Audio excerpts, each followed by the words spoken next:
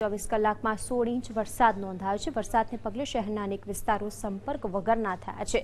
શહેરના અનેક વિસ્તારો સાથે રેલનગર અને પોપટપરાનો સંપર્ક તૂટી ગયો છે। રેલનગર અંડરબ્રિજમાં પાણી ભરાયા છે, જેને જોવા લોકો ઉમટી પડ્યા હતા। તો રેલનગર અંડરબ્રિજમાં સ્વિમિંગ પુલમાં લોકોએ પાણીમાં નાહીને મોજ માણી હતી। અંડરબ્રિજમાં પાણીનું સ્તર જોખમી હોવાથી મહાપાલિકા અને પોલીસની ટીમ દોડી આવી હતી। લોકોને અંડરબ્રિજમાંથી બહાર કાઢ્યા હતા।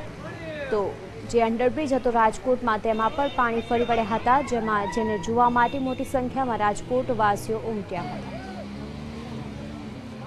રાજકોટમાં છેલ્લા 17 કલાકથી સતત અવિરત વરસાદ વરસી રહ્યો છે અને વરસાદના કારણે રાજકોટની શું સ્થિતિ છે આપ જોઈ શકો છો કે આ દ્રશ્ય આ રાજકોટનો રેલનગર છે। લગભગ 50,000 થી વધુ લોકો અહીંયા રહે છે અને આ રેલનગરના થી પસાર થાય છે।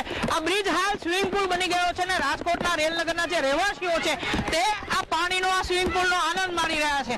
લગભગ 17 કરોડના ખર્ચે આ બ્રિજનું નિર્માણ થયું હતું અને હાલ 9 ઇંચ જેટલા વરસાદના કારણે આ સ્વિમિંગ પુલ બની ગયો છે। લોકો અહીંયા આ સ્વિમિંગ પુલની અંદર તરી રહ્યા છે। બ્રિજ રાજકોટને રેલનગરને અને રાજકોટને જોડવાનું કામ કરે છે, પરંતુ આપ જોઈ શકો છો સ્થિતિ શું છે।